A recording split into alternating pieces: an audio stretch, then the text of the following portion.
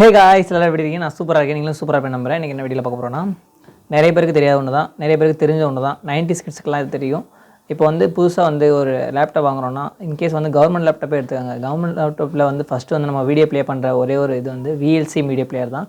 VLC media player வந்து pan பண்ணிட்டானுங்க. என்ன ரீசனுக்காக பேன் பண்ணாங்கன்னு தான் இந்த வீடியோவில் பார்க்க போகிறோம். வாங்க வீடியோக்குள்ளே போகலாம்.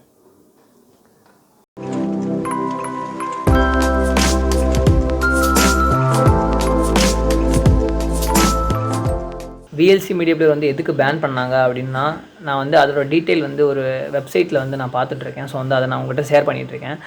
நான் வந்து படித்து வந்து சொன்னால் கண்டிப்பாக வந்து உங்களுக்கு வந்து கண்டிப்பாக டீட்டெயிலாக வந்து சொல்ல முடியாது. ஸோ வந்து நான் லைட்டாக மேலாப்பில் நான் படிச்சுக்கிறேன்.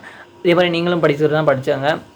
ஸ்மார்ட் ஃபோனும் அப்புறம் வந்து ஆப் அதெல்லாம் வர்றதுக்கு முன்னாடியே VLC மீடியா பிளேயர் வந்திருக்கு.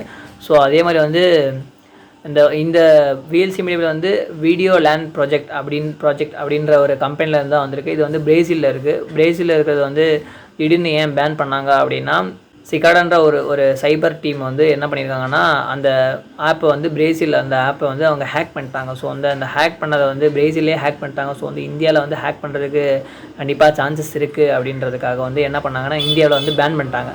பேன் பண்ணது நல்லதாக கெட்டதான்னா கண்டிப்பாக வந்து நல்லது தான். ஏன்னா வந்து இந்தியாவில் வந்து ஏதாச்சும் ஒரு சைபர் அட்டாக் பண்ணால் அது வந்து பெரிய பிரச்சனை தான் ஆகும். ஸோ வந்து அது பேன் பண்ணிட்டாங்க. இப்போ பேன் பண்ணதால் வந்து உங்களுக்கு சாஃப்ட்வேர் வந்து இன்ஸ்டால் பண்ண முடியாது அப்படின்னா, கண்டிப்பாக இன்ஸ்டால் பண்ண முடியாது. ஆல்ரெடி உங்களுக்கு இன்ஸ்டாலில் இருக்குன்னா கண்டிப்பாக வந்து யூஸ் பண்ணலாம். கன்ஃபார்மாக யூஸ் பண்ணலாம். அதனால் ஏதாச்சும் ப்ராப்ளம் வருமா? கன்ஃபார்மாக ப்ராப்ளம்லாம் எதுவுமே வராது. ஏன்னா அவங்களே சொல்லியிருக்காங்க.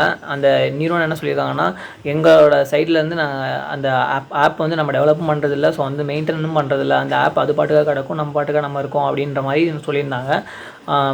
அதுக்கப்புறம் வந்து என்னென்னா, அதே மாதிரி வந்து சைனாவில் வந்து ப்ராப்ளம் வருதுன்றதுக்காக 2020 வந்து டிக்டாக்கு, அப்புறம் வந்து கேம் ஸ்கேனரு, அதுக்கப்புறம் வந்து பப்ஜி, இது மூணையும் வந்து பேன் பண்ணாங்க. என்ன ரீசனுக்காக பேன் பண்ணாங்கன்னா, அதே மாதிரி சைபர் அட்டாக் வந்து இதுக்குள்ளே வந்துடுவாங்க அப்படின்ற ஒரே காரணத்துக்காக தான் இவங்க வந்து பேன் பண்ணாங்க.